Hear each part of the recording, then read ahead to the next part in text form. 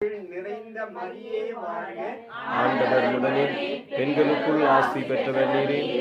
உம்முடைய திருவயிற்றின் கனியாகிய இயேசுவும் ஆசி பெற்றவரே. புனித மரியே, இறைவனின் தாயே, பாவிகளாயிருக்கிற எங்களுக்காக இப்பொழுதும் எங்கள் இறப்பின் வேளையிலும் வேண்டிக் கொள்ளும். ஆமென். அனைத்து மக்களின் சகாய அன்னையே, எங்களுக்காக வேண்டிக் கொள்ளும். புனித சூசையப்பரே, எங்களுக்காக வேண்டிக் கொள்ளும். இறைவனின் எல்லா புனிதர்கள் புனிதைகளே, எங்களுக்காக வேண்டிக் கொள்ளும். இறைவனின் எல்லா வானதூதர்களே, எங்களை காத்து வழிநடத்துங்கள். தந்தை, மகன், தூய ஆவியாரின் பெயராலே ஆமென்.